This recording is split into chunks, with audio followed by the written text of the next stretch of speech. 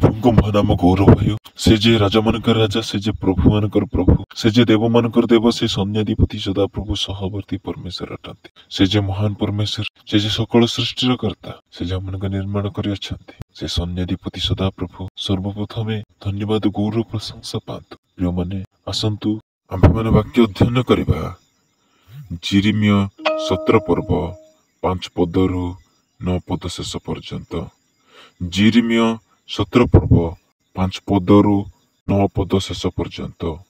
सदा प्रभु यही कथा कहती जो मनुष्य मनुष्य उपरे निर्भर करे वो मांस को आपणार बाहु करे आउ जार हृदय सदा प्रभु निकटरू दूर को जाए से शापग्रस्त से मरुभूमि स्थित झाँ वृक्ष तुल्य हेब मंगल उपस्थित हेबा बेले से देखिबो नहीं मात्र प्रांतर शुष्क स्थान रे निवासी विहीन लवण भूमि रे बास करिवो।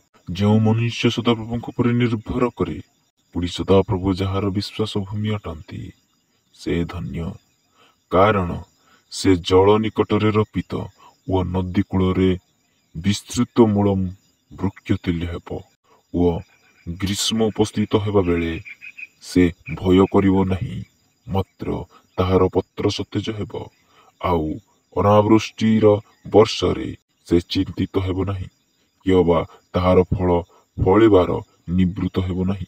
अंतकरण सबुठारु कपटमय व अप्रतिकार्य रूपे पीड़ित किए ताहा जानी पारे। यही अल्प पठित वाक्य सदा प्रभु समस्त को बुझिबारे श्रवण करिबारे एवं हृदय रखी प्रभु को गौरव प्रशंसा करिबारे साहाय्य करंतु। आमेन।